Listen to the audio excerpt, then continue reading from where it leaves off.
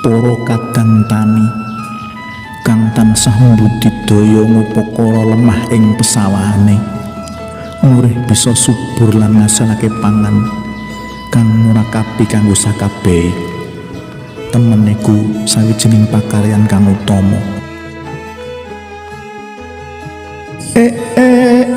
Po endae kanca tani yen nyawang tandurane nyambut gawe awak saya seneng ati